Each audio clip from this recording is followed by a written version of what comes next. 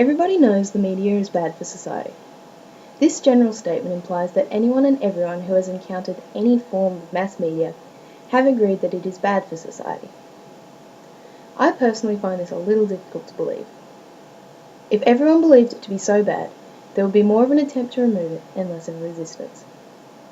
Media is such a powerful tool in today's society as it literally governs its directionality and can persuade or dissuade an opinion in mere moments. One of the many forms of media in dispute are video games, namely those that depict violent scenes and the effects they have on young, vulnerable and impressionable children.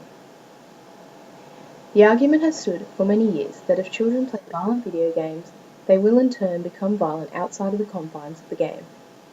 However, despite the numerous accusations by people such as Jack Thompson, a prominent American anti-video game attorney, there is very little evidence to suggest this in this case. First things first though, to suggest that video games are purely for the consumption and enjoyment of children is uninformed. Stephen Harrington's Week 4 lecture provided important statistics for this argument. The average age of Australian gamers is not 15, but actually 32, with 75% of gamers being over the age of 18 and a further 43% being over the age of 51. As well as this, a 2010 study by the Australian government revealed that over the past 40 years, violent crimes amongst youths has dramatically decreased. These 40 years being the same time frame in which video games have become the highest grossing entertainment industry. This makes it quite difficult to draw parallels between playing violent video games and becoming violent. Jack Thompson has filed several lawsuits against game developers, routinely linking violent crimes with the perpetrator's alleged video game habit. Thompson regards video games as murder simulators and has said they are dangerous physical appliances that teach a child how to kill efficiently and to love it. Former FBI profiler Mary O'Toole has stated during a panel discussion hosted by CBS News that it is her experience that video games do not cause violence. She also stated that as a threat assessment and as a former FBI profiler, we don't see these as the cause of violence. We see them as sources of fueling ideation that's already there. O'Toole's statement resonates with what many others have also put forward in this long-winded argument. Video games do not craft new killers. However, they may encourage pre-existing tendencies. A push to censor or even ban these games ignores the root of the problem, merely providing a scapegoat.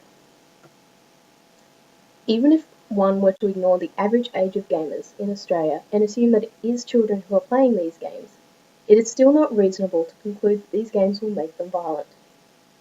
Catherine Lumby discusses how capable children are in her book Why TV is Good for Kids, stating that children understand from a very young age the concept of real from fake. From the age of 6 on, they develop quite sophisticated understandings about the relationship between television and the real world. They can even understand the way special effects, genres, and production codes work. As well as this, it is the parent's responsibility to monitor the media their child consumes. If a parent purchases a game, such as Grand Theft Auto or Saints Row for their child, without first looking at the classification or even a review, it is the parent's fault, not the producer's, that their child is exposed to this game. American psychology professor Christopher Ferguson notes that this is nothing more than a periodical moral panic which has attempted to lay blame for societal woes on other villains in the past, such as jazz and rock music, Dungeons and Dragons, and even pinball of all things. So is media really bad for society, and are violent video games really the issue? All media is up to the individual interpretation of its audience. As much as the producer would like to convey a specific point of view, there will always be those who take their own reading from a text. If someone chooses to believe that video games cause people to become violent, then that is what they are going to take from the media. Stephen Colbert said it best when he stated that video game violence is not a new problem. Who can forget in the wake of SimCity how children everywhere took up urban planning?